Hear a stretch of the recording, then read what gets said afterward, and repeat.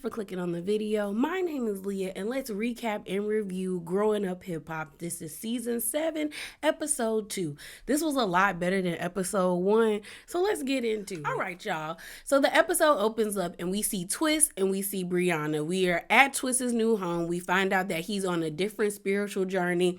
He started going back to church. He's found God, and he's trying to move differently now. Now that he beat that case in Texas, he just wants to move differently. We find out that unfortunately him and his girlfriend broke up, but it's his fault because he was out here slutting it up. And she said, "You're not going to play with my emotions that way." And she dipped out. So good for her. Although I did like them as a couple together, I'm not even going to lie, because it seemed like she matched his energy. Like when they jumped into the pool together at TT's and Sam's wedding at the resort, and they were just laughing and all hugged up. They looked really sweet together. So I'm mad he messed that up, because the girl seemed like she was real cool. Brianna comes over. She's bringing over food just so they can talk it up and just, reconnect. He then gonna sit on that couch and pull out that girl's panties. Now, I don't really believe that those were her panties, because they look like I just didn't believe it. And I said, if they were a boy, throw them things away. Throw them away. Now, I know people be selling socks and underwear and bras and stuff like that, but that's not what that is. Either give her back her underwear or throw it in the garbage. Don't do that. He just whipped them out. And the bad thing was, like, I wasn't paying attention. I was like looking at something else because I was watching this on my iPad, and I look up, I just see green underwear, and I'm like, who panties is these? I had to go back, and I said, bro, give her back her underwear. So we then switch over to a scene where we see Sam and Tyran, and it looked like they at Pep's house and not in that devil of a place that he got that girl living in that post-apocalyptic desert with that above ground pool. I hate that pool. So they in this nice in-ground pool. And we see Tyran pop out. Tyran looks really good. I will say, I've never really been attracted to him, and I'm still not now, but I like him with longer dreads. I know, I'll say locks because I know some people have a weird, don't like that term, but then I read that technically is not a bad term because of, like, read a history book about it, about locks and, black people hair. A lot of the things that we think are bad that we, I'm not even about to go into, I'm not about to do that. But, I like longer ones. I'm not even gonna lie. I never liked the baby lock phase. It has never looked good on anybody, whether you are male or female. I just always be like, girl, man, put on a wig first. And then when you get a little bit of hang time, then show them to me. It's just always, and I don't know. You know why? It's because of this one person in high school who I could not stand, who I swear to y'all, he had tiny, like, baby dreads for like forever, and I never understood why his hair didn't grow. But I always thought maybe it's because he was an asshole and that was the Lord punishing him, because they still small to this day. Ooh, that's only, you keep Facebook to see how the people that did you wrong living, and a lot of them ain't living, okay? But Sam is in the pool. He's talking about how, talking to Tyran about how he's upset about the way the conversation that he had with Tretch went. And basically he feels like Tretch was just like dog palling on him and really not giving him like credit for the things that he has done about, like, him and Egypt getting married, them buying a home together. Like, he feels like he's showing Tretch that, like, yeah, I've done a lot, like I am doing things to make sure that my family is okay. And he also feels like it's not fair that Tretch is judging him based off of like the he said she said that he's heard like on the internet about Sam. And Tyran kind of brings up a good question where he's like, well, if he's not around you all the time, of course when he hears other things about you, you don't really think he's not going to take that into consideration. And Sam is kind of like, yeah, but he shouldn't, because he's supposed to like know who I am. And Tyran's like, yeah, that's on him. And he's like, I know my dad can be aggressive at times, so I get it. So then Sam is like, Sam was like, in my head, I just wanted to like tell him F him for the way he was speaking to me. And I was like, boy, you better chill out, because that man gonna have to see this after that. He might tell you F yourself too. You better you better stop. And so, Sam's in the pool. And honestly, they like go to Sam's green screen. He's like, like, he's not giving me the benefit of the doubt, and I feel as though the way you come to me is where you see it from my perspective, and then you try to come to me. And I was like, in this moment, I was just kind of like, Sam, shut up. I just think Sam, and I was talking to somebody about this just like, a few minutes ago before I was doing this, and I feel like Sam is upset because the perception that he has of himself, it does not translate to us. I think Sam wants to be like this, like unconventional rapper who in his spare time is a great UFC fighter, and he's attached to like these hip hop legends because his girl is a hip hop princess like Egypt. And it's just like he has this vision in his head of like who he's supposed to be. He's like, I'm a rapper, I'm a fighter, I do OnlyFans. He wants to be so different, and he's doing all these things, but it just doesn't translate well to us because we just get annoyed and look at him like, what are you doing?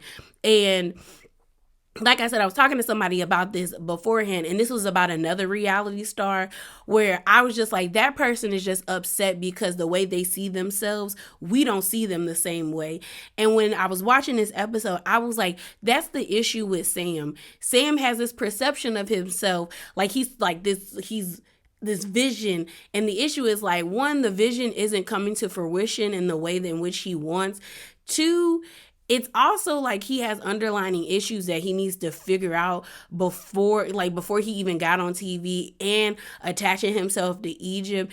And three, it's just like, bro, maybe it's just not it for you. And that's a hard pill to swallow when you realize the things that you have made for yourself aren't really for you, and you feel like you're putting in all this work, because he keeps saying he's working, but it's like, we're not seeing what you're working on coming to fruition. So then it does leave a negative taste in people's mouths, especially her parents, when it's like, y'all are moving so fast. I think had Sam and Egypt just been married for a couple of years, because like I said, in my last episode, I looked up that Egypt is only 24. I think had they been married until she was like 26, like 2 years, they probably wouldn't care, because she would be on the cusp of turning 30. Like she had she had 4 more years until she turned 30. And I think they would have been like, oh, okay, it's good. But it's like, no, she's still young. And then now y'all are doing this, and it's like, we don't see nothing, bro. And you got to give us something. So he asks Tyran to talk to his daddy. High five, Tyran. I wouldn't talk to my daddy about nothing, because this ain't mine. I don't get no domestic disputes. That's you and your wife's issue. Y'all go talk to the daddy. But we then see Sequoia. I got it right, because they said her name multiple times. I don't know why I would be wanting to call that girl Sayora. We see Sequoia and Devin in the studio, and they basically talk about her mama. We find out that Sequoia and her mom haven't really been speaking. We also find out that Sequoia and her parents are getting a divorce. Tiny, and I think, is she married to JoJo or is she married to Casey? One of them is getting a divorce, and she's like, she wants her parents to be happy. She doesn't want them to be married if it's not like happy for them. But she says she doesn't like the way her mom is moving, because she's hearing that supposedly her mom and Lazy, who is supposed to be her mentor, are hooking up, but she hasn't heard anything from her mom or Lazy. She also is kind of dealing with the fact that, my mom was my dad's caregiver, and she was like, she did everything right. Her dad has diabetes, and we know about their history with alcoholism and drug abuse. So it's like her dad has health issues. Now, it's not her mom's job to take care of her dad. And I understand it being like a shock, because it's like you're so used to your parents being together, especially like your mom taking care of your dad. But at the end of the day, her mom looks like she's probably like in her 50s. Like she's still got a lot of life to live. And she probably don't want to continuously keep taking care of a man who one, might not be doing right, or two, she's just gotten to the point where it's like, this is not how I want my life to go for the rest. I got probably a good 30 or 40 more years on this earth. I don't want to do this no more. And that's her right. That's her right. But I do feel like it's wrong if neither Lazy or Tiny have sat down and spoken to her about this, because it's like her mom's being distant. Her mom's also her manager, and Lazy is her mentor. Like, she's an adult. Sit her down and tell her that y'all are dating and this is how they're moving. But they ain't doing that. So she got some issues. All right, y'all. So the next scene we see is of Tiny, Tretch, and his wife. They're all sitting down and they're just catching up. They let Tiny know that Egypt is pregnant. She's shocked because it seems like Egypt hasn't told anyone. But then again, we never seen them film with anybody because don't nobody want to film with them, because she always bringing her plus one, which is Sam, and people don't like that boy.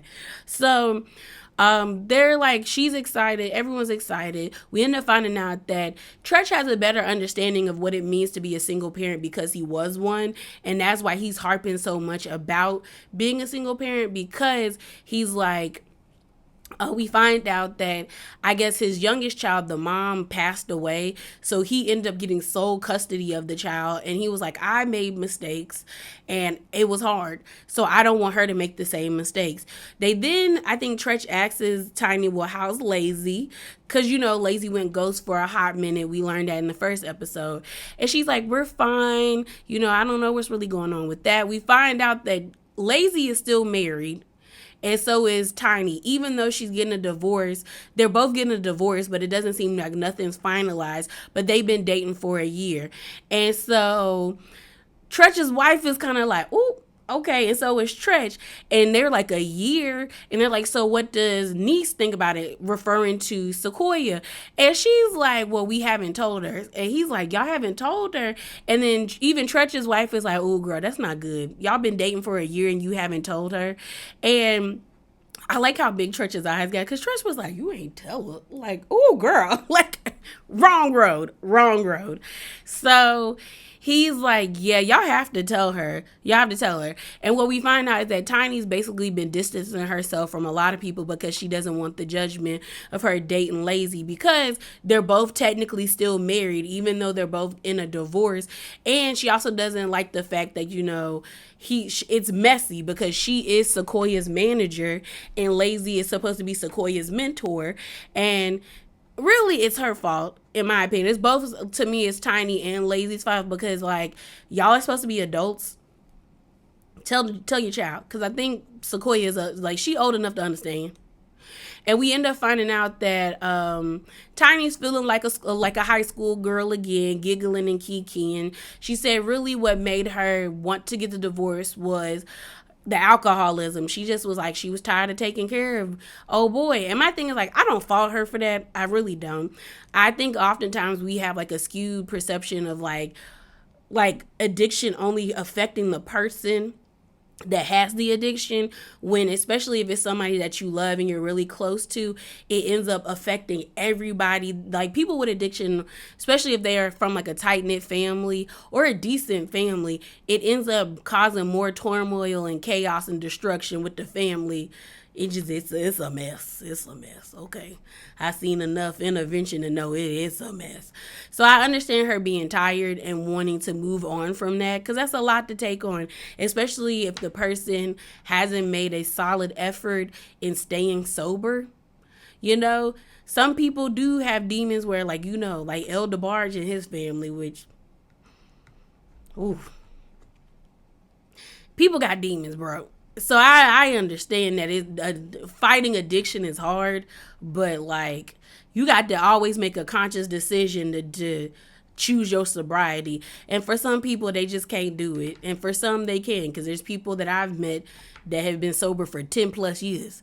And you be like, good for you, because the way this world is going, I know it takes some, you know, but you know. So we move on from that, and we end up seeing Tretch in New York with Egypt. She's practicing for going on tour with Pep, and they basically have a sit-down conversation, and he basically tells her pretty much the same thing he told Sam. Dreams don't pay the bills. Like, you're about to have a child. Like, you gonna have to make some stuff shake, girl, for it to work. He also explains to her that, like, yeah, you can go on tour. You might just have to have a barf bag handy. And he ends up telling us that that's what Pep was doing when she went on tour. And he just was just like, y'all got a lot, like a lot.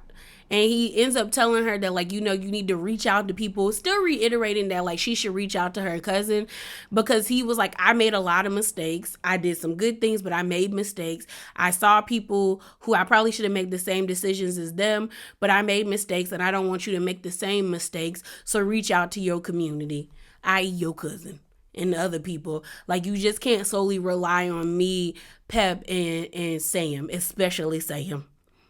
So we move on to that, and we see that the next event, or the next cast event where we see everybody get together, is going to be at Lazy's house. They're having a beach party and everybody's invited. So next we're at Lazy's house, and we see Tiny there. They all up on each other, cupcaking it on the couch, being like, oh, you know, it's cute, but it's, oh, you know, because it's like, why y'all doing this? Stop it. Stop it. I would be like, Sequoia, girl, stop. So before everyone gets there, we see Vanessa and Cree in the car. Vanessa asks Cree, well, how's Angela? Like, how was Atlanta? And Cree tells Vanessa, like, oh, Angela wants to sing again. And Vanessa's kind of like, well, girl, that's not about to work, because I guess they were supposed to have like a girl group, and Angela didn't last 2 days. I told y'all last season, I always find their relationship mad weird, because I don't understand how y'all are sisters and y'all don't communicate with each other. I talk to my sister almost every other day. If it's not on the phone, it's through text messages. If it's not through text messages, it's through any social app. It's like I check on my sister. So it's just always weird to me that they have this relationship where Angela is so like guarded with information, and I'm like, something must have happened between them when they were kids, where like something happened where she just don't be trusting the people that like are in her family. Like, she just feels like she can't trust them, because that's what it gives off. And it might be me just reading too much into it, but that's what it gives me. So while they're in the car, Cree talks about how she doesn't know how to feel about Brianna. She brings up how she was gonna try to hook Brianna and Angela together, which I'm like, girl, shut up, because you know they don't like each other. But that was her way of segueing and explaining how she doesn't really see it for Brianna, because I guess Brianna was on live and she felt like she was sneak dissing Cree. But I feel like she was very much dissing you, and it wasn't a sneak. She pretty much said in that live, like, are Cree and Angela like really cool? Like, is she really hanging out with the Simmonses? Like, is it real? Is it fake? Which, if I was her, I would have the same thing, but I would put that in the group chat. It wouldn't be on live. Vanessa says she don't really like that. And, you know, Cree says, you know, I'm going to just talk to her when I see her. I'm just going to talk to her. So everybody rolls up to the party. I like the vibes. It was so cute how everybody was happy to see each other. I thought when, what's her name, TT and Sean walked in, I said, look at this couple. They just look so good together to me. And they were like hugged up on each other. I was like, when, what's his name, walked in, Twist walk in with a new girl that looked like his old girl. I was happy to see Brianna. You know, it was nice to see. It just felt like the vibes were vibing. Everybody seemed like they was in good spirits. And I like when it's a good party, you know, a good little kickback. Everybody eating. There's some wine. We got some alcohol. We eating good food. And we vibing. I want a vibe, you know? It was a vibe. Okay, I just liked everybody being happy to see each other. So we see Eric and Aaliyah. They walked in before everybody else got to the party, and they see Tiny and what's his name and Lazy on the couch, like canoodling, and they like, what is going on here? What is this? What is this? So they got questions. Honestly, I ain't gonna lie.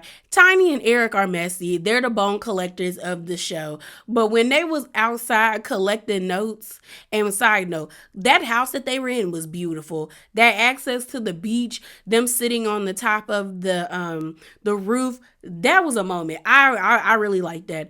But I just chuckled at the way that Eric and Aaliyah were talking about Tiny and Lazy, because I could see myself doing that with my man, being like, so ain't somebody else with somebody, like, you know, are they together? Are they not together? Ain't they married? Like, what? He's like, what was that? I would do that. I ain't gonna lie, I would do that. So I laughed at it. I thought it was funny. So everyone's there. Sequoia come in. She low key mean mugging. She don't really even say hello to her mama. She was just like, girl, we not talking to each other. And while she's sitting there, you see her sitting by Eric, and Eric and Aaliyah prompts this conversation, and she's like, "So is your mom still married?" Being messy, but I ain't mad at the mess. And she was like, yeah, my dad and mom are very much married, but they're getting a divorce. She said, well, we came in and lazy, and your mama was in here, it looked like they was about to do something. And Eric is looking at Aaliyah like, girl, hush. And like Aaliyah's like, well, let me be quiet because Eric's saying I talk too much. And I laughed. You could tell that Sequoia was upset because she's like, why am I finding out all this information about y'all from other people? Why not come talk to me? Like, I'm the person y'all should be talking to. So we see a moment where she goes and tries to have a conversation with her mom, and her mom basically is like, she don't really want to have this conversation, but like, I think she tells her mom that, yeah, like they're together pretty much, but like, I just been pulling away because I didn't want to be judged. I just been pulling away from people. And Sequoia brings up a good point. You can pull away from other people, but I'm your daughter. You shouldn't be pulling away from me. Like, that's an issue. That's an issue. So she gets upset. She kind of looked like she wanted to cry. And she goes up to the rooftop, and we see upstairs is Vanessa, TT, and a girl that's Vanessa's friend. And they're talking, and TT is basically like, you just want clarity. And that's okay for you to want, like, open communication. Like, you're an adult, but you have to be ready for what they about to tell you, which is true. So while all of that's going on, there was a moment where when Vanessa and Creed came in, Creed did say hi to everybody, but it was a general like, hey, everybody. Brianna looks at her because Brianna's there too, and she kind of just rolls her eyes and turns the other way. So in that regard, Creed did say hi to everybody. She just didn't go one-on-one to everyone. So while pretty much everyone is upstairs, we have a scene where you see Brianna at the end of this table while they're getting drinks at the bar. But you see Brianna, you see Cree, then you see, I think, who else was that? Tiny was there, and there was somebody else there. Oh, Devin. Devin was there, and so was Lazy. And Cree tries to compliment Brianna on her dress. And Brianna's like, girl, don't even talk to me because when you walked in, you didn't say nothing to me. So don't talk to me. And I was like, Brianna, she said hi to everybody. So girl, stop. So then Cree is like, no, I said hi to everybody. But Brianna's just like, nah. So then Kria's like, I said hi to everyone. I'm not even about to entertain this negativity from you. Because, we know you like to sneak diss. And Brianna was like, no, I talk about you in real life. I don't have to sneak diss. And I said, well, that's true. She do be talking about people in real life. And so Kria's like, we're not the same. You like incense. I like infusers. You like tarot cards. I like to read the Bible. And then Brianna laughs in her face, and she's like, did you practice that? When I tell you the embarrassment I would feel, because I was like, Cree, you did practice that. Did you write it down? Because it didn't slap the way you thought it was going to slap. Because I was like, you could have just left it at we are not the same people and kept it pushing. Like, there was no need for you to do that. Because I was tickled. I was like, when Brianna said, did you practice that? And then she laughed in her face. I said, ooh, I know she heated. So then Brianna gets up and was like, girl, I'm not even about to do this with you, especially not in my birthday month, bitch. And then Cree was like, what did you say? And she said, especially not in my birthday month, bitch. And then she said, you know what, girl, you're a Leo. And then she said something, because I guess it is the month of the Leo or whatever month they were in. And Cree was like, my mom's a Leo, and she would at least put effort into her outfit. You're basic. And Brianna's like, okay, girl, whatever. What, like, she just doesn't care. So then Cree gets upset and walks away and walks upstairs to tell everybody up at the top, like, that they got into it and basically reiterate what she said to Brianna. So you see TT and say Sequoia come downstairs where Brianna is, and Twist is now sitting at the bar with her. And TT's like, you already know what team I'm on, because I don't mess with that girl. And Sequoia is like the same. I don't mess with her either. You good? We just want to make sure you good. And Brianna's like, yeah. She's like, I'm good. I just don't care. I'm not about to pretend to be friends with someone I don't like. And that's her right. If she don't want to pretend, she don't want to pretend. So we then have this moment with Sequoia and Twist. And I say, Sequoia, stay away from him. Stay away from him, girl. Because Twist looks like he'd be a good time, but he would mess up your life. He gives I have you in sitting at home listening to breakup music, trying to eat an ice cream, trying to get yourself back together. But they had a little flirting moment because he could tell that Sequoia was upset, and he was just like, "Girl, you too pretty to be upset. Like, stop it." And they was talking about they was running from each other. I was like, "Y'all better stop. Y'all better stop." So while that's happening, upstairs you see Eric and everybody else upstairs, and they ask like, "Oh, how do y'all feel about Egypt being pregnant?" Brianna and TT are stuck. Like, girl, what you say? Everybody else is stuck as well, like pregnant, and we end up finding out they really haven't told anybody that she's pregnant. So TT is just like, good for them. Like, if that's what they on, that's what they on. Good for them. It just seems like TT is at a point in her life where it's like, if that's where she's going with her life, that's where she's going. I'm here with my life. That's where I'm going. So, I hope she has a healthy and happy pregnancy, but I'm not getting into that. And Brianna was just like, oh God, now she pregnant. And Eric's like, y'all ain't really know. Cause nobody knew. Like even Eric, even Vanessa's friend was like, pregnant. So while that's going, we see that Tiny and what's his name, Lazy Bones, is at the bar, hugged up, like just really cupcaking. And you see Sequoia come down. She mean mugging harder than a brick at them, like disgusted face. And Lazy's like, we good. She don't say nothing. She grab her purse and she dip out. I was like, oh, this is a mess. But yeah, y'all, that was the whole entire episode. I don't know. I'm actually interested in seeing what's going to happen between Brianna and Cree, because I don't think Cree is afraid of Brianna, and I definitely don't think Brianna is afraid of Cree.